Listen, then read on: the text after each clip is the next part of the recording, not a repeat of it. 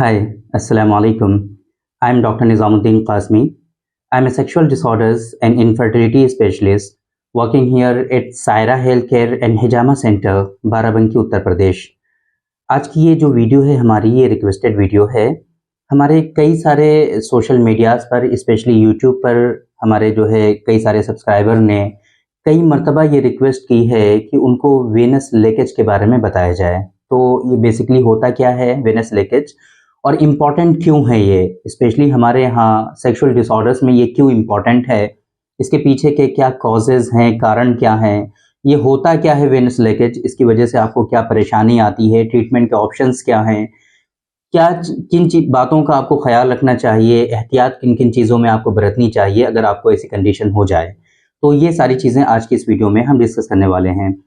तो चलिए शुरू करते हैं आज की इस वीडियो को और बात करते हैं कि बेसिकली वेनस लीकेज ये होता क्या है। तो देखिए पेरिफेरल आर्टरी डिजीज़ PAD जिसे हम लोग कहते हैं, होता क्या है ये, हमारी जो आर्टरीज हैं, है ना, उनका जो ब्लड सर्कुलेशन है वो प्रॉपर वे में अगर नहीं होता है, क्यों, अगर कोलेस्ट्रॉल का लेवल हाई हो गया है या दूसरी और भी कंडीशन होती हैं जिसकी वजह से क्या होता है कि एक प्लेग जो है वो इकट्ठा हो जाता है ना, कोगुलेशन का जो प्रोसेस है वो हो जाता है आर्टरीज में हमारी या फिर वेन्स में, और आमतौर पे ये कोलेस्ट्रॉल के हाई होने की वजह से या फिर आगे हम चल करके अभी बात करेंगे कि किन किन कारणों से किसी शख्स में ये होता है।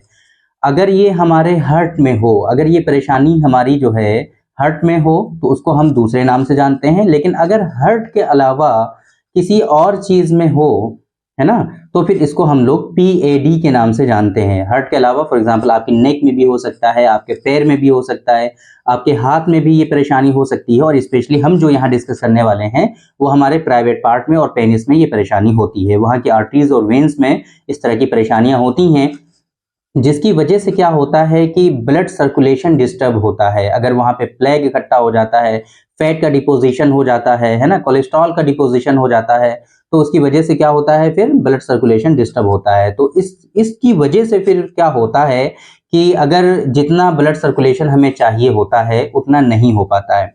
फॉर एग्जाम्पल इरेक्टाइल डिस्फंक्शन को अगर हम ले लें यहाँ पर, क्योंकि सबसे इंपॉर्टेंट यही है, हम जो वेनस लीकेज को डिस्कस कर रहे हैं वो क्यों कर रहे हैं, क्योंकि इसकी वजह से इरेक्टाइल डिस्फंक्शन होता है। वो क्यों होता है, देखिए इरेक्शन का मेनली आप ये समझ लीजिए कि इरेक्शन जो होता है, हमें इरेक्शन मीन्स बहुत सारे लोगों को कंफ्यूजन हो जाता है कि इरेक्शन क्या होता है।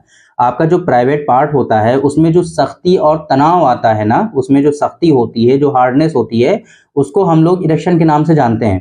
तो वो इरेक्शन क्यों होता है, क्योंकि ब्लड जो है बहुत ही तेजी के साथ वहाँ का जो सर्कुलेशन है वो बढ़ता है, ब्लड बहुत तेजी के साथ वहाँ पे आ करके वहाँ पे रुक जाता है, एक्यूमुलेट हो जाता है, वहाँ पे पंप्स होते हैं उनमें आकर के वो भर जाता है, जिसकी वजह से वहाँ पे क्या हो जाता है, वो हार्डनेस आती है और उसमें सख्ती आ जाती है। फिर यही इसका एक मैकेनिज्म है इरेक्शन का। लेकिन अगर आपको PAD हो जाए या फिर वेनस लीकेज का प्रॉब्लम हो जाए तो क्या होता है कि ब्लड या तो आता ही नहीं है सही से, या फिर आता है वहाँ पे रुक नहीं पाता है, फौरन ही उसका ड्रेनेज हो जाता है। तो इस वजह से क्या होता है कि इरेक्शन या तो आप अचीव ही नहीं कर पाते हैं, या फिर इरेक्शन होता तो है बट क्या होता है कि फौरन ही इरेक्शन आपका सबसाइड हो जाता है, आप उसको मेंटेन नहीं रख पाते हैं। तो ये परेशानी होती है वेनस लीकेज के अगर आपको वेनस लीकेज है तो फिर इस तरह की परेशानियां आपको देखने को मिलेंगी, ये परेशानियां आपको होंगी। आमतौर पे मैंने जैसे कि आपको बताया कि ये PAD की वजह से होगा, या तो आपको जो है पेरिफेरल आर्टरी डिजीज हो जाए, या फिर जो है आपको डायबिटीज मेलाइटस हो जाए, पायरोनीज डिजीज होती है एक, है ना, कंडीशन जिसमें जो है कर्वेचर होता है, और इसी तरीके से जब इरेक्शन होता है तो पेनफुल इरेक्शन होता है, काफ़ी ज़्यादा प्रॉब्लम होती है उसमें पायरोनीज डिजीज में, है ना। तो पायरोनीज डिजीज की वजह से आपको हो सकता है, डायबिटीज मेलाइटिस की वजह से हो सकता है, कुछ नर्व की कंडीशन होती हैं, नर्व अगर कुछ कंडीशन उनकी होती हैं ऐसी कि जिसकी वजह से आपको ये परेशानी देखने को मिल सकती है। इसी तरीके से अगर आपको सीवियर एंजाइटी है, डिप्रेशन में आप हैं, तो ऐसी सूरत में भी आपको इस तरह की परेशानियां देखने को मिल सकती हैं। आपको क्या हो सकता है, वेनस लीकेज का इशू हो सकता है जिसकी वजह से आपका जो इरेक्शन है वो मेंटेन नहीं रहेगा, इरेक्शन या तो होगा ही नहीं या फिर मेंटेन नहीं रहेगा। आपको इसमें जनरली करना क्या है, अगर आपको इस तरह की परेशानी हो, ये जो है हम जो डिस्कस कर रहे हैं वो कर रहे हैं वेनस लीकेज के बारे में। तो आमतौर पे मैंने आपको बताया जैसे कि डायबिटीज मेलाइटिस की वजह से होता है, तो फिर उसके लिए आपको मेडिकेशन जो है प्रॉपर वे में लेनी पड़ेंगी। इसके लिए जो एक्सरसाइजेज हैं वो आपको प्रॉपर वे में करनी पड़ेंगी। जो परहेज़ है वो आपको फॉलो करना पड़ेगा, है ना? लाइफ़स्टाइल चेंजेस आपको करने पड़ेंगे। इसी तरीके से अगर पीएडी है तो उसको लोअर करने के लिए मेडिकेशन आपको चाहिए, है ना? कुछ दवाएँ चाहिए, लाइफ़स्टाइल चेंजेस चाहिए। कोलेस्ट्रॉल का लेवल अगर बढ़ा हुआ है तो उसके लिए मेडिकेशन आपको चाहिए, है ना? ब्लड आपका काफ़ी जो है अगर गाढ़ा हो गया है एक तरह से समझ लीजिए, तो उसको ब्लड थिनर आपको चाहिए। इस तरह की परेशानियाँ अगर हैं आप में, तो वो चीज़ें आपको उसी के अकॉर्डिंग वहाँ पे ट्रीटमेंट आपको एडवाइस किया जाएगा। इसी तरीके से आपको जो है टेस्टोस्टेरोन थेरेपी जो है रिप्लेसमेंट थेरेपी होती है, वो भी आपको करना पड़ेगा और इस तरीके की मेडिसिन्स आपको यूज़ करनी पड़ेंगी जो आपके ब्लड सर्कुलेशन को एनहांस करें और ब्लड सर्कुलेशन को बढ़ाएँ। ये बात तो हो गई पूरी वेनस लीकेज के बारे में।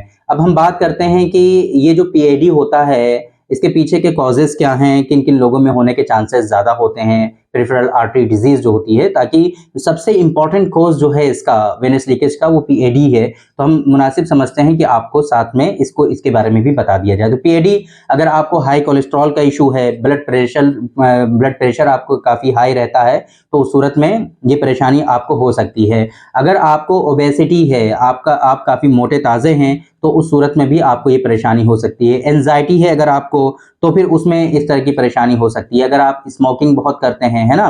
चेन स्मोकर हैं आप, तो फिर उस सूरत में ये आपको पीएडी की प्रॉब्लम हो सकती है। एडवांस स्टेज में आने के बाद, एडवांस एज में जाने के बाद 60 प्लस एजेस में जाने के बाद पीएडी का इशू लोगों में देखने को मिलता है। इसी तरीके से फैमिली हिस्ट्री जिन लोगों में होती है पेरिफेरल आर्टरी डिजीज़ की या फिर क्रोनिक आर्टरी डिजीज़ की, सीएडी की या फिर पीएडी की, तो उस सूरत में भी इस तरह की परेशानी आपके अंदर पाई जा सकती हैं। आपको करना क्या चाहिए? देखिए, इन चीज़ों से बचने के लिए ना आपके अंदर लाइफ़स्टाइल बहुत अच्छा होना चाहिए। लाइफ़स्टाइल डिसऑर्डर्स बिल्कुल भी ना हो आपको और लाइफ़स्टाइल आपका बुरा नहीं होना चाहिए। आपको डेली बेसिस पे 40 टू 45 मिनट्स एक्सरसाइज़ेज़ बहुत इंपॉर्टेंट हैं, ये आपको करना ही पड़ेगा। इसी तरीके से स्मोकिंग आप बिल्कुल भी नहीं कर सकते। अगर स्मोकिंग आप करते हैं तो क्विट कर दीजिए आप बहुत ही तेज़ी के साथ। कोलेस्ट्रॉल को मेंटेन रखना पड़ेगा, डायबिटीज़ मेलाइटिस को आपको मॉनिटर करना पड़ेगा।